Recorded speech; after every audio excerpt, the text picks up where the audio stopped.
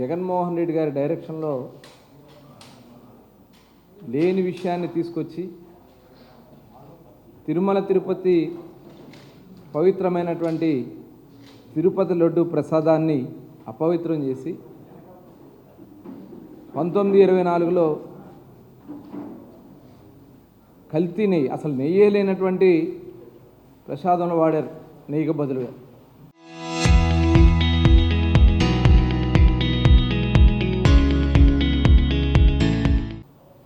ఇవాళ దాన్ని తప్పించుకోవడం కోసం హెరిటేజ్ సంస్థ మీద బురద జల్లాలనే ఒక దుర్మార్గమైనటువంటి ఆలోచనతో ఇవాళ వైఎస్ఆర్ పార్టీ నాయకులు మాట్లాడుతూ ఉన్నారు. సాక్షాత్తు టీటీడీ చైర్మన్గా పనిచేసినటువంటి వైవి సుబ్బారెడ్డి గారే చెప్పారు కల్తీ జరిగిందని. ఇవాళ హెరిటేజ్ విషయం తీసుకొచ్చి శాసన మండలిలో ప్రజా సమస్యల గురించి చర్చించాల్సినటువంటి సమయాన్ని ఇవాళ స్వార్థ రాజకీయాల కోసం వాడుకుంటా ఉన్నారు. హెరిటేజ్ సంస్థకి, ఏదైతే ఇండాపూర్ సంస్థకి వాళ్ళకున్నటువంటి అక్కడ ఏం జరిగిందో అందరికీ తెలిసినటువంటి విషయాలు. ఇవాళ నేను హెరిటేజ్ సంస్థ వేరే వేరే ప్రాంతాల నుంచి వేరే వేరే సంస్థల నుంచి కూడా తీసుకుని వాళ్ళ వ్యాపార దీనికోసం వాడతారు. ఇండాపూర్ అనే సంస్థ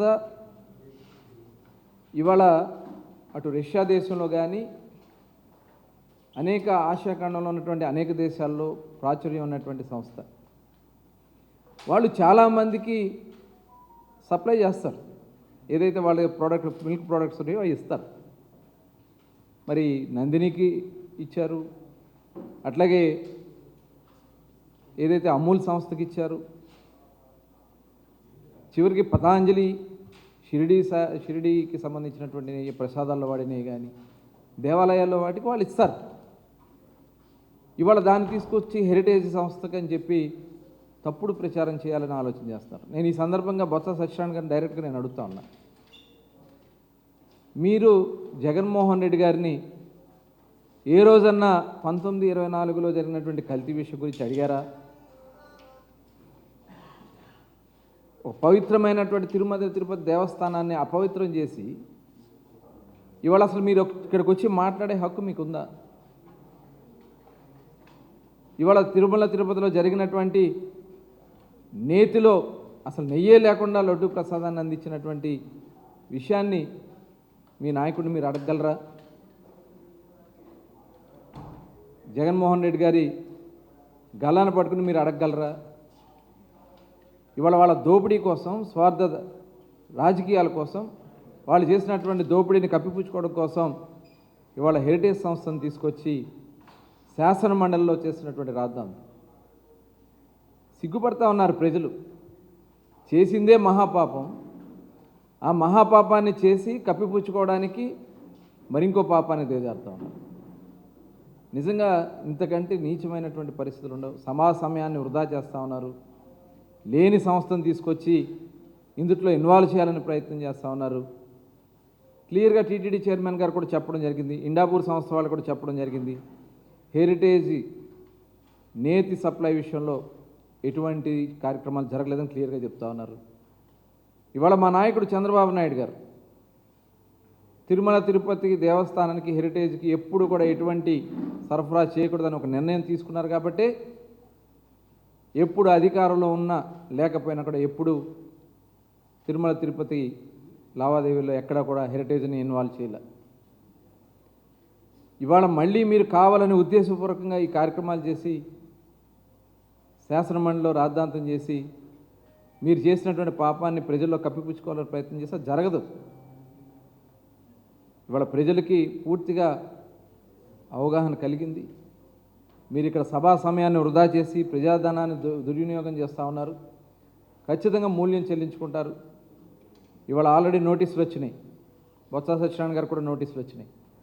ఎవరైతే ఈ విషయాల గురించి మాట్లాడాలని ప్రయత్నం చేస్తే ఖచ్చితంగా చట్టపరంగా చర్యలు ఉంటాయని కూడా హెచ్చరిస్తా ఉన్నాం.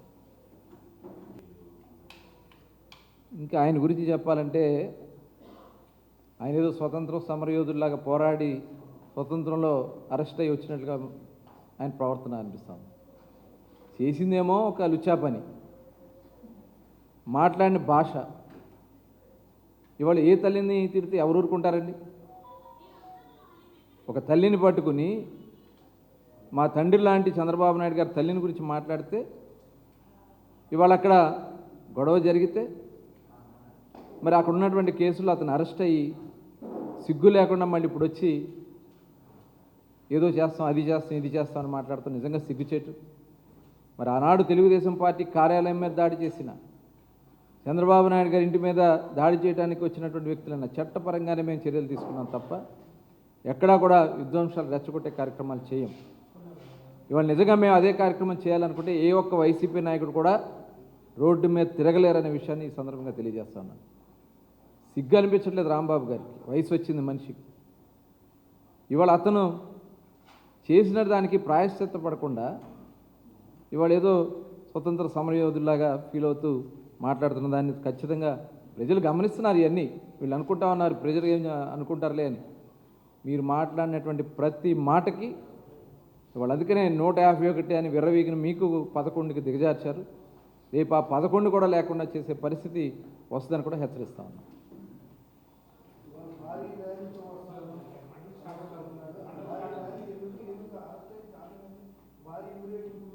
అవును, ఇప్పుడు అరెస్ట్ అయింది దేనికోసం అరెస్ట్ అయ్యాడు ఆయన? అరెస్ట్ అయిందేమో బూతులు తిట్టి. బూతులు మాట్లాడితే ఎవరు ఊరుకోరు. ఏ తల్లిని మాట్లాడితే ఎవరు ఊరుకుంటారండి? ఏ ఆడబిడ్డను మాట్లాడినా మనం ఊరుకోం. అలాంటిది మరి చంద్రబాబు నాయుడు గారి గురించి మాట్లాడిన దానికి ఖచ్చితంగా సిగ్గు లేకుండా మళ్ళీ ర్యాలీలు అని చెప్పి మాట్లాడుతూ ఉన్నారు. డెఫినెట్గా ప్రజలు గమనిస్తున్నారు ఇవన్నీ కూడా. డెఫినెట్గా. ఓకే, థ్యాంక్ యూ అండి. Local to global news at your finger tips. మీ చేతిలో ఒక ఆయుధం. Download R TV app.